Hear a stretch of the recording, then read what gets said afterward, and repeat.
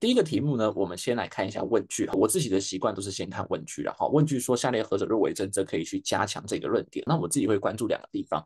第一个，所谓的加强，就是要证明这个论点更有可能会成立嘛，我们要站在挺他的一方，这是我第一个会记得的立场。第二个，论点是什么意思？就是意思就是说，不一定只是针对结论而已，而是要针对你的证据或是你前面的推论能不能连到结论。请各位注意好，在中级的课堂上，我们有特别讲，加强结论跟加强论点是不一样的。如果只是加强结论的话，你不一定要去把文章里面的证据跟结论连在一起。好，你只要证明结论能成立就可以了。但是如果是加强论点的话，一个论点是一组，论点就是包含了结论跟它背后给你的一些 premise。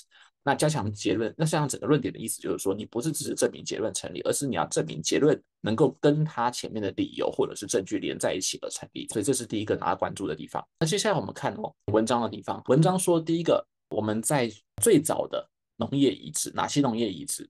在欧洲跟亚洲这些地方许多的这种早期的考古农业遗址里面呢，我们已经发现了什么？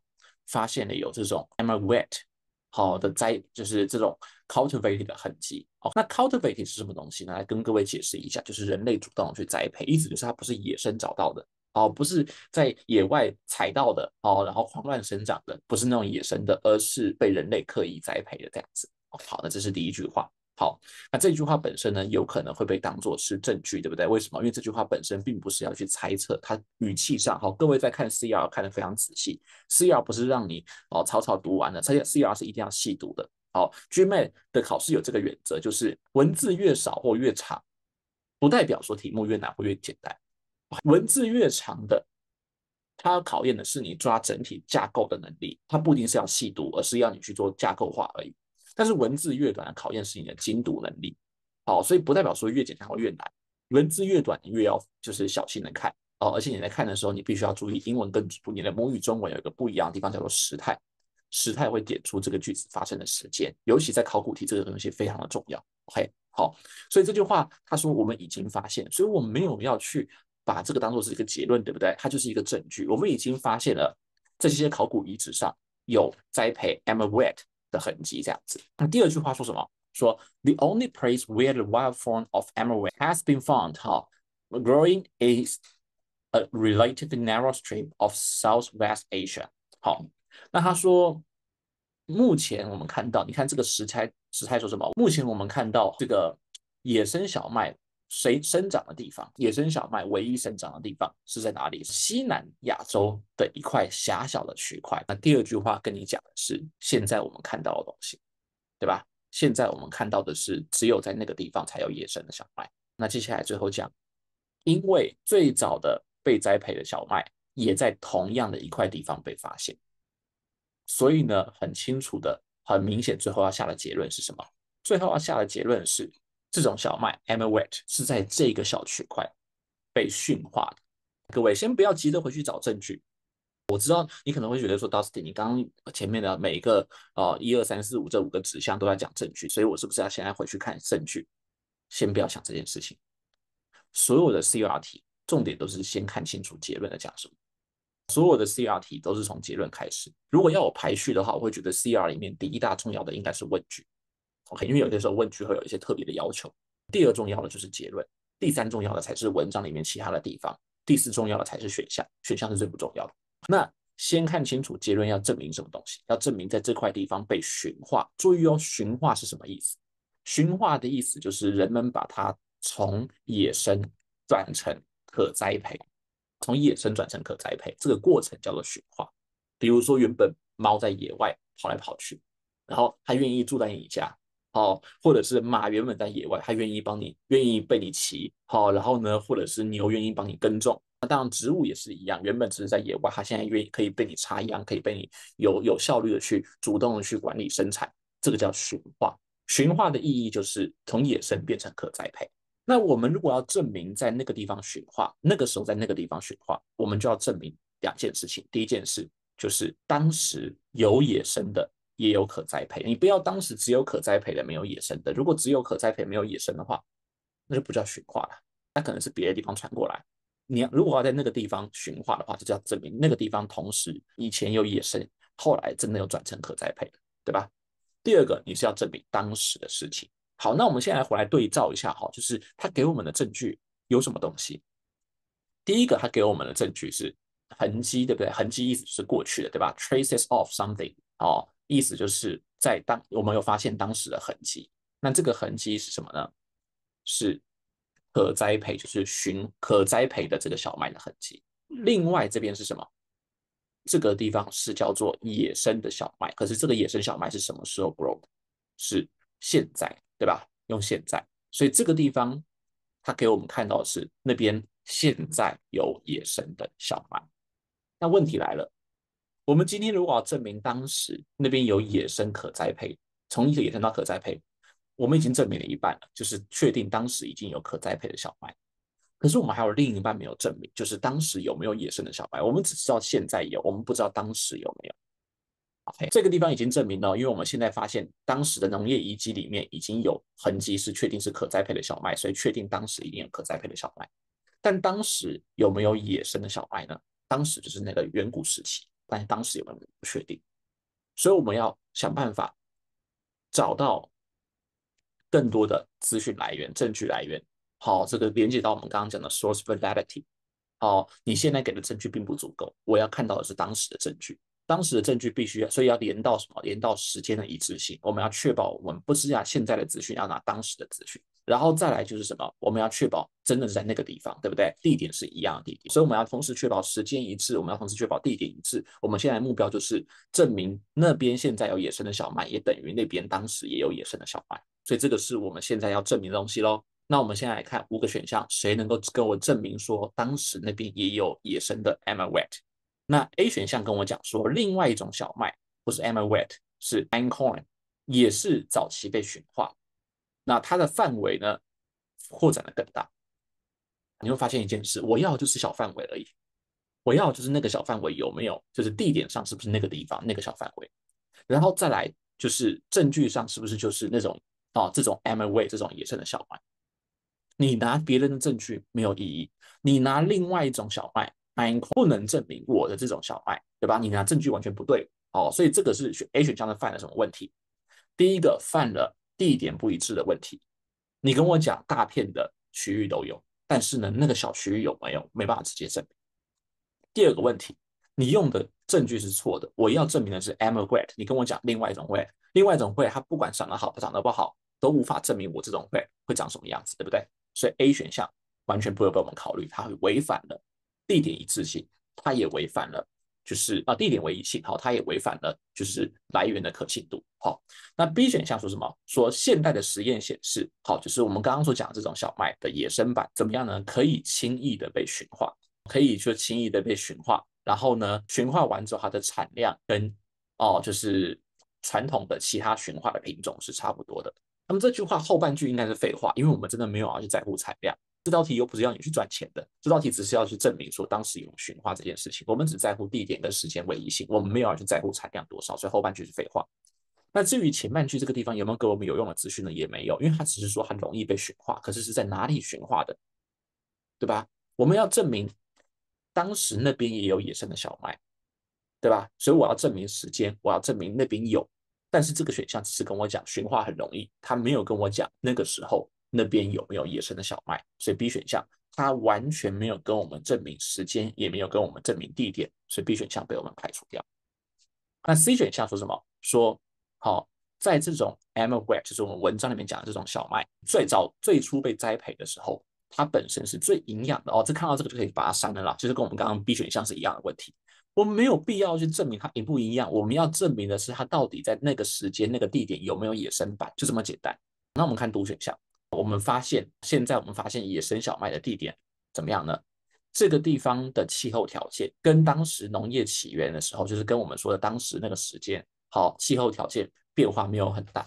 这个选项你看上去可能会觉得有点模模糊糊，好，因为如果真的要讲的话，它好像是有对到我们刚刚的预想。我们刚刚说我只看到现在有野生的小麦，但是我不确定未来，我不是未来，过去有没有嘛，对吧？那最好的情况是有一个选项直接跟我讲，当时也有野生的小麦。但都选项它好像也可以连得通，为什么？因为呢，如果气候变化不大，代表说现在有野生小麦，当时也有可能有野生小麦。就是这个可能性就变大了。可是它又没有很直接的连到，因为毕竟去影响一个生物会不会持续生存的因素，毕竟不是只有气候，搞不好也有水源啊，搞不好也有地形啊，所以多选项会是有一点连到，对吧？但是呢，逻辑性没有到那么强，但至少我们会把它先保留起来。那一选项说什么？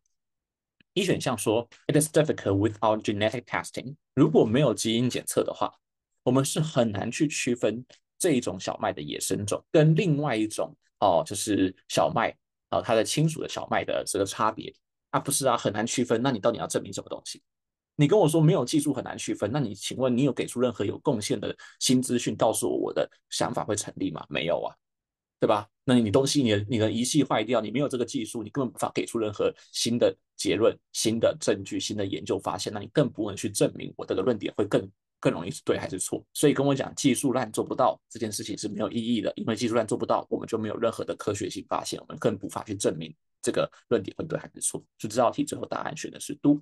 好，那你可以观察到这道题目有几个特色。如果你想要按照我们刚刚的这个逻辑去做对题目，我必须要教你高分者跟低分者他们在听别人讲课的时候，他们会关注的东西。低分者在听讲解的时候，他会关注的就只是现在这个故事，说这个故事啊，这是小麦啊，可栽培啊，这个原来我搞懂了哦。但是低分者只关注故事，就会有个问题。等到这个今天我们的研讨会结束之后呢，关掉了，哦，隔天做别的类似的题目，他就又做错了。为什么？因为这个故事未来考试不会再出现啊。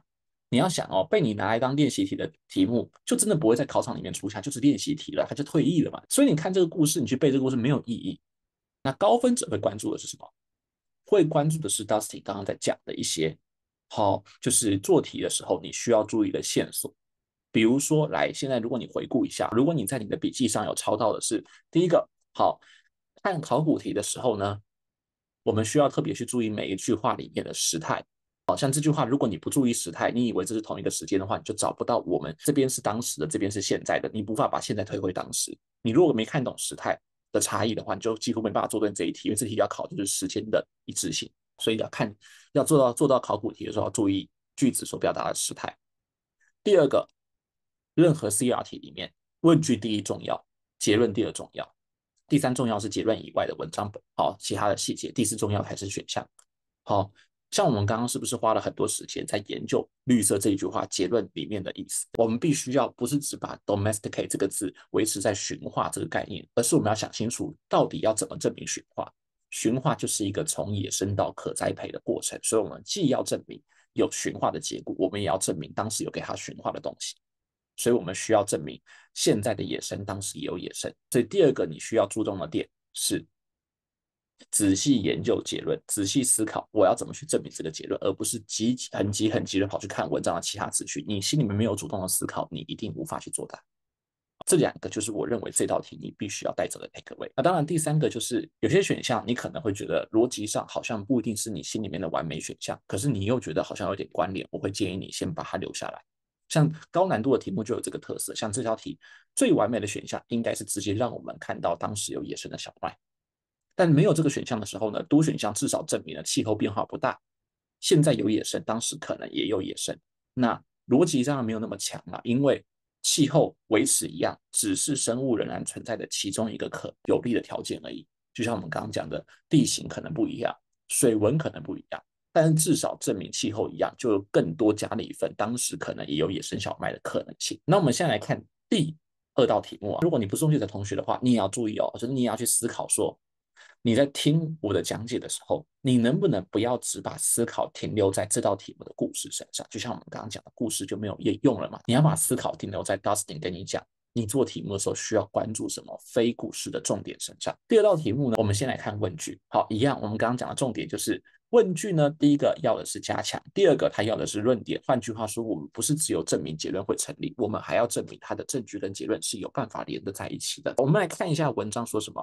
文章说这个密西根这边的考古学家，他们呢最近有在挖掘一个就是在某个地点附近挖掘的一个北美早期的这种 Native American 就是原住民啊，什么他们的那种居住地营地这样子。我们去做什么呢 ？radiocarbon dating 啊，这个叫做碳同位素的那种，就是年代测定，这个通常都会用在那种去考古的故事里面。这个字如果你看不太懂的话，我会建议你上网稍微找一下维基百科，好，了解一下这个测定的原理。为什么？因为有可能你在有一些比较难的CR 里面，你会看到它用到一些同位素的细节。那有一些甚至是 RC 里面会讲细节，还会讲到这个原理。好，所以如果你比较害怕这种常见的单字的话，你可以去看。好，我会建议大家可以去看一下这个碳同位素测定的原理的维基百科。但总而言之呢，这个题目现在目前没有牵涉到原理啦。这个就是你只要其实知道这个就是一个就是用来去测定古物的年代的方法。他说去进行这种同位素测定之后显示什么？说这个营地的年代大概是在怎么样？大概是在1605到1755之间这样子。然后接下来他说，然而这个营地应该不会晚于1630年，应该是在1630年就出现的，因为这个地方并没有找到有欧洲人的贸易商品，而欧洲人其实在1620之后就开始在这边活跃的贸易了，对吧？那我们现在先来思考一下谁是结论呢？我知道很多同学就是没看到那种很明确的什么 somebody say somebody conclude，就是觉得找不到结论，对吧？没有明确的关键词，没有明确的怎么连接词，找不到结论。所以现在我讲的方法就要注意听到，我要告诉你，如果没有明确的关键词，你要怎么找结论？重点是结论是所有推论的终点，意思就是文章里面别句话不能推到应该说别句话推得到结论，但结论不会去推回去别句话，结论不会当另外一句话的理由，就这么简单。好，再来就是结论不会是一个事实，结论会是一个推测。你看第一句话会不会是结论？说他们去挖地方，这个没什么好结论的，它就是一个事实，他们挖了就挖了。第二句话说碳同位素测定说这个地方的年代是在1605跟1755之间，它就是一个科学的证据，它也不能是结论，因为事实是不能当结论的，研究发现是不能当结论的。再来，最后这两句话谁能推到谁？是有没有看到后面这边当原因，就是欧洲的贸易商品，然后欧洲人其实1620以后就开始在活跃的贸易了，所以这句话本身也不是结论，所以最有可能的结论是什么？其实就是参照 however 之后的这半句话。好，这个就是结论。为什么？它第一个既满足了它是推测语气 probability dates， 有没有看到推测语气？事实是不可能当结论的。第二个，它也满足了它不会被推到别句话，它是从别句话推过来的。好，结论是文章里面所有推论的终点，你就只要记得这件事就好了。我们现在来思考既然抓到结论之后，我们就不要急着进选项，我们来思考他到底为什么会说这个地方不晚于1630。那如果说不晚于1630的话，他提出的证据是什么？假设你看他这边就是有个时间轴了嘛，1605到1755嘛。那假设今天1630在中间这个地方，那他要证明，他要告诉我们这个地方应该是1630之前。对吧？这个营地应该是1630之前就有的。那他为什么用这样？他为什么会做出这样的推论呢？他说，因为1620之后，大概在1620之后就开始有贸易了。那这个时候呢，就代表说，但这边我们没有看到贸易会出现的贸易品。那现在我们就有很多点可以想第一个，这边有没有讲到2个地点、3个地点、4个地点？好像没有嘛。这边就是讲到一个地点，就是这个营地而已，所以它应该跟我们讲的地点链这一点有没有唯一性，没有什么其他的关系。好，但这边跟什么有关系？明显跟时间有关系。我们要证明有没有时间的统一性，对吧？好，然后再来的话，就是我们要去证明说，就是是不是只有这个你用了这个证据才能当证据？有没有其他的证据？有没有其他证据可以帮我们佐证，可以帮我们加强？再来，argument from absence，我们刚刚讲的是什么？如果没有，就代表没发生。所以你文章里面论证的逻辑是，如果没有贸易商品，代表当时一定没有欧洲人在贸易，这件事是不是对的？如果今天你能证明，就算没有贸易商品，但是当时其实也有欧洲人在贸易的话，那就有可能可以证明时间比较后面，对不对？所以这道题牵涉到3种观念。第一种观念就是你的证据好像只有太少了，这个证据是不是有可能会遇到冲突的证据，或者是如果遇到冲突证据就可以削弱，如果是别人有跟你一样的证据，那就是加强。那第二个就是说，你的证据跟你的时间是不是一致的，这是第二个。第三个就是你跟我讲没有看到证据，所以这件事不存在，真的吗？这件事真的这个证据跟这件事的存在是不是有关联性，对吧？好，是不是真的贸易商品就等于是当时有欧洲的贸易商品？如果你能证明它没有关联性的话，那代表说你的论点更容易是对的。如果你能证明说其实有贸易商品不一定是有当时的就是贸易商对的话，那你的论点就是错的。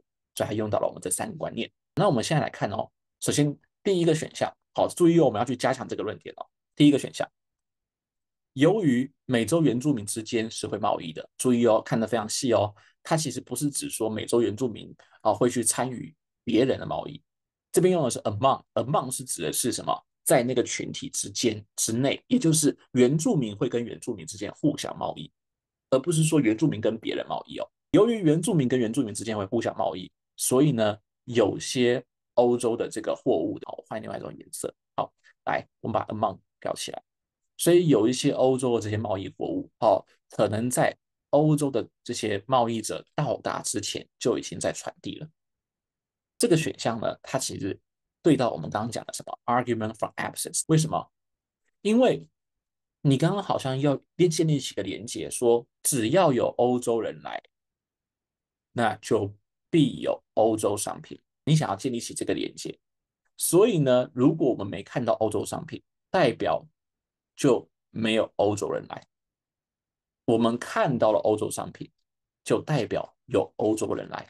你想要把这两个东西变成是唯一性，但是 A 选项它反而告诉你说，其实有欧洲商品不代表有人来，对吧？它就是去削弱这个唯一性。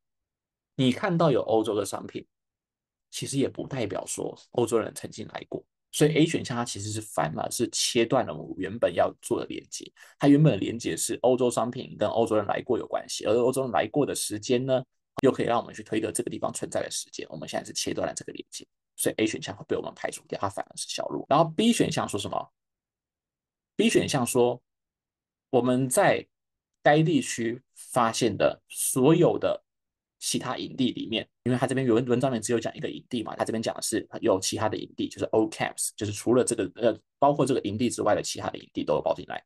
That have been reliably dated to the late 1920s.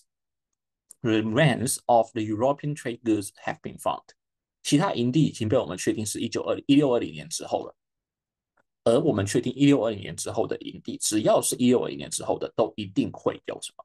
都一定会有贸易商品。那这个好像对到我们刚刚的想法，就是去强化了贸易商品有跟没有之间跟这个年代的连接。我们文章里面讲说，因为你没有贸易商品，所以呢，你应该是在1630年之前的。但如果我们能证明说，对，的确，只要是在1620年之后的，包括1630年之后的，只要在这个之后，包括这个之后的，都一定会有贸易商品。那反过来就可以去证明说，那如果没有贸易商品，有可能就是在这之前。所以 B 选项被我们保留，它也是对到我们刚刚讲的 argument from absence。